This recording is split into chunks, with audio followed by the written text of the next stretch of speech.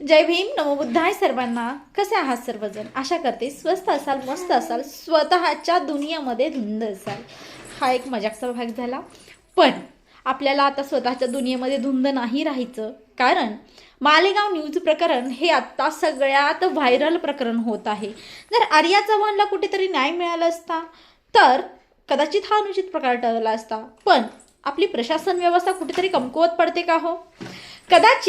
कदाचित ह्या गोष्टी ज्या पण होत आहेत त्या आपल्या माणुसकीच्या प्रवृत्तीला काळीमा फासणाऱ्या आहेत. आणि हे फक्त विकृतीमुळे होत आहे. हे जो माणूस वासनेच्या आहारी गेलेला आहे त्यामुळं हे होत आहे. भले त्यानं त्या सोड्याच्या भावनेतून केलं असेल, पण ह्या गोष्टी पाठीमागे कुठेतरी आपलं प्रशासन सुद्धा जबाबदार आहे.